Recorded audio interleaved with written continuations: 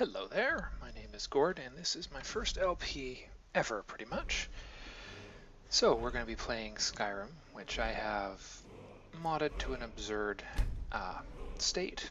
This first episode is going to be oriented towards getting things configured, building my character, and activating the various mods and a quick explanation of what some of them do. Anyways, if you're not interested in that, I'd recommend skipping straight to episode 1, which I will upload at the same time. Anyways, let's put a character together. I've installed a slightly upgraded character creation system here, mostly just an improved interface. We're going to be playing a young character. Her name's Kasari Magnus.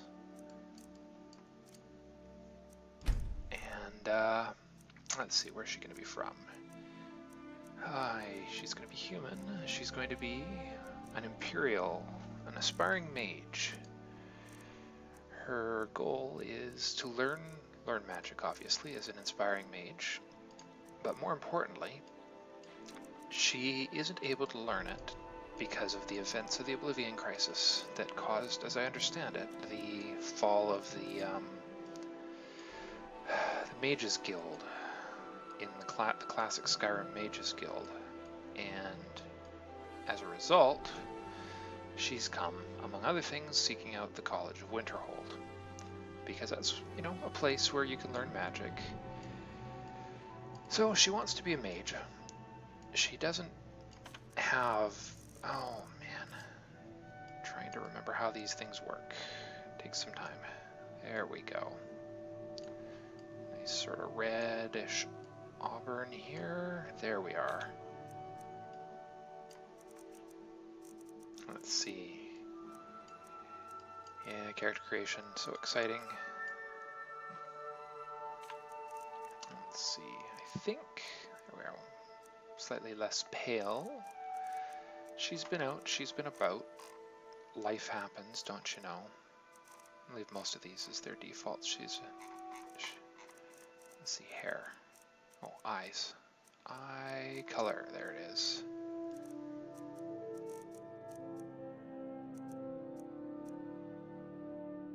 There we go, that should do it. So, yes, finish and name my character. Kasari Magnus. So, Kasari, despite wanting to be a mage, is not going to start with a combat kit. As you may have determined, this is a random alternate start, which means I'm going to wind up starting randomly somewhere in the world rather than running the traditional Helgen starting area. As a result, basically what these kits give you is the things you would need to survive, basically a lot less than what you get out of Helgen by the time you're done. So, I've found Archer is a good bet for early start, especially with some of the other mods that I'm running. So she may want to be a mage, but she's wisely chosen to wait until she gets some opportunities to learn. So if things go well, we'll just be doing some mod configuration and then I'll cut this episode. If things go poorly, this could be, well, rather entertaining. So hold on to your hats and we'll see what happens. I am... Where am I? This is interesting. We have a dead adventurer in a random cave somewhere. Okay. Well, we'll check into this in a second. This is actually a pretty good spot to do my mod configuration. So let's get this torch, just get equipped just in case. Favorite a couple of things. Alright, first things first. Sky UI comes with a nice mod configuration system. So, wet and cold. This does some neat stuff with the way people behave in the rain. This identifies which enchantments I know and don't know, and I just need to hide the verbosity of that. Trade and barter. This one once I can start it. Come on, you. Yeah, sometimes you have to exit the mod configuration menu once you've configured a mod. Trade and barter lets you adjust the way people barter. My preference is to make it much more valuable to actually use perks. So this makes it so your speech skill counts for almost nothing, and it's mostly your perks that you take in speech that matter the most. I'm also reducing buying prices by about 70% because it's too easy to get rich in this game, so why not? The Dance of Death just lets me adjust kill shot chances a bit, which, hey, you know, those kill cams are awesome. And I'd rather see them than not. We won't restrict it to last enemy, and we'll see if it's too many and it gets annoying. We'll tweak that later. Nothing important here, just some tools for sneaky people. Sky UI, nothing. Realistic needs. Realistic needs and diseases. Basically hunger, thirst, and diseases that can, well, kill you. It'll be interesting to see how well that plays out. I've tested, so I'm not totally unfamiliar with any of these, but I'm not comfortable. I'm just going to leave this in its default settings for the moment. Again, we'll tweak it as things go along. Lock overhaul improves a few things regarding opening locks. My personal preference is wrong button. My personal preference is to leave all of this as is. I think we leave lock requirements off for lock picking, but for smashing locks and unlocking with magic, you actually need to be good at your skill to do it. So it can be done, but it's hard. But lock picking, I've always liked the business of picking locks the hard way. Something satisfying about opening a master difficulty lock at level 5. Immersive creatures, nothing I need to do yet. I'm going to be starting the game difficulty at adept, so we'll adjust that if things look like they're too easy. Hunterborn makes harvesting and hunting more realistic. It takes time. There's some crafting and stuff we can do in the process. No, it hadn't quite finished starting. Okay, there we go. I gotta be patient with this. It's a lot of information. So first things first, we'll leave all that the way it is. We want to be able to pick things up in combat, but I'll try not to use things in combat. We want the material yield to be normal, that's alchemy ingredients and stuff, but I want very conservative returns on meat. Pelt values we'll keep at default for now. Monster Hunter. This is cool. This lets me do some stuff with everything up to and including dragons.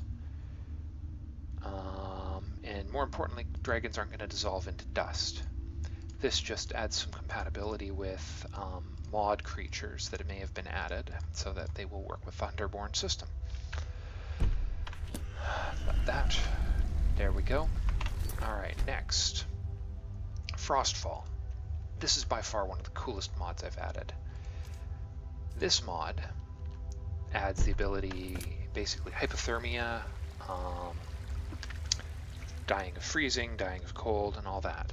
Lost in thought, you reflect back on how much the wilds have taught you about yourself over the last several days. You recall a book you once lost that was full of wisdom about survival in the open country.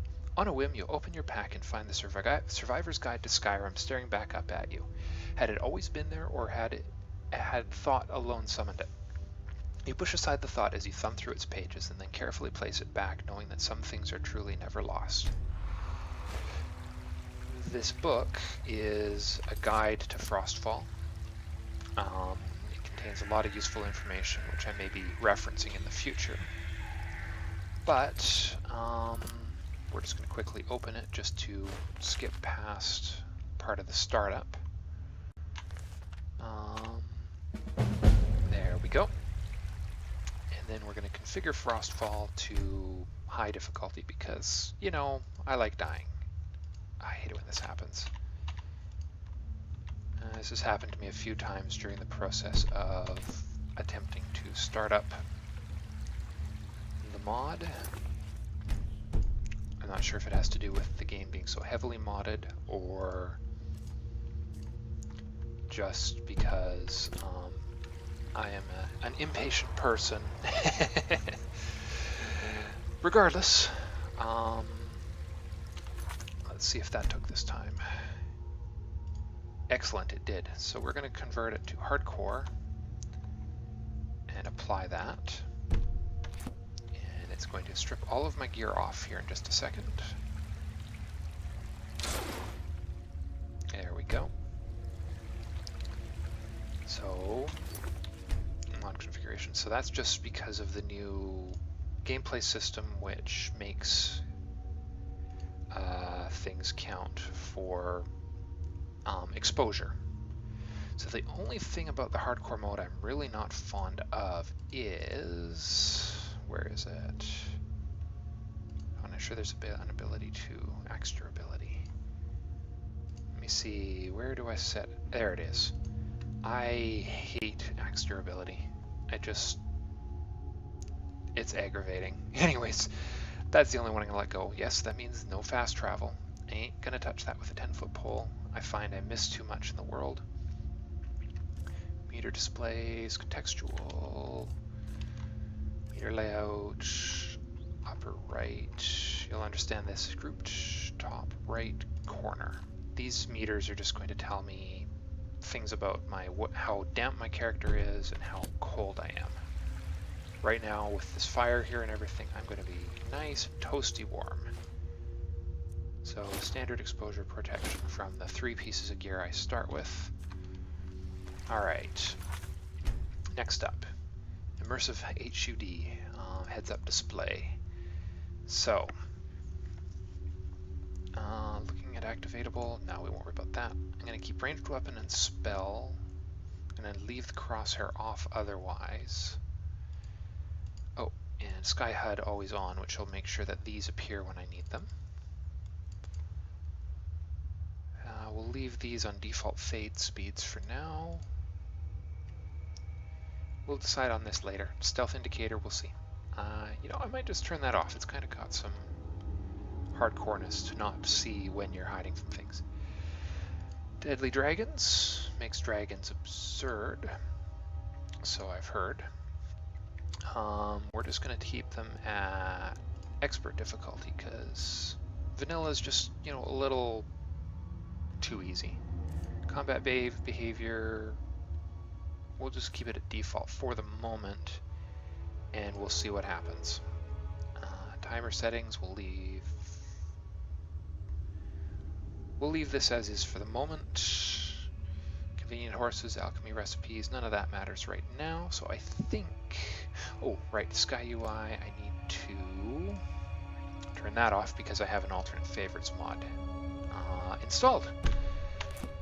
And with that, I'm going to stop here for a second and prepare for episode 1.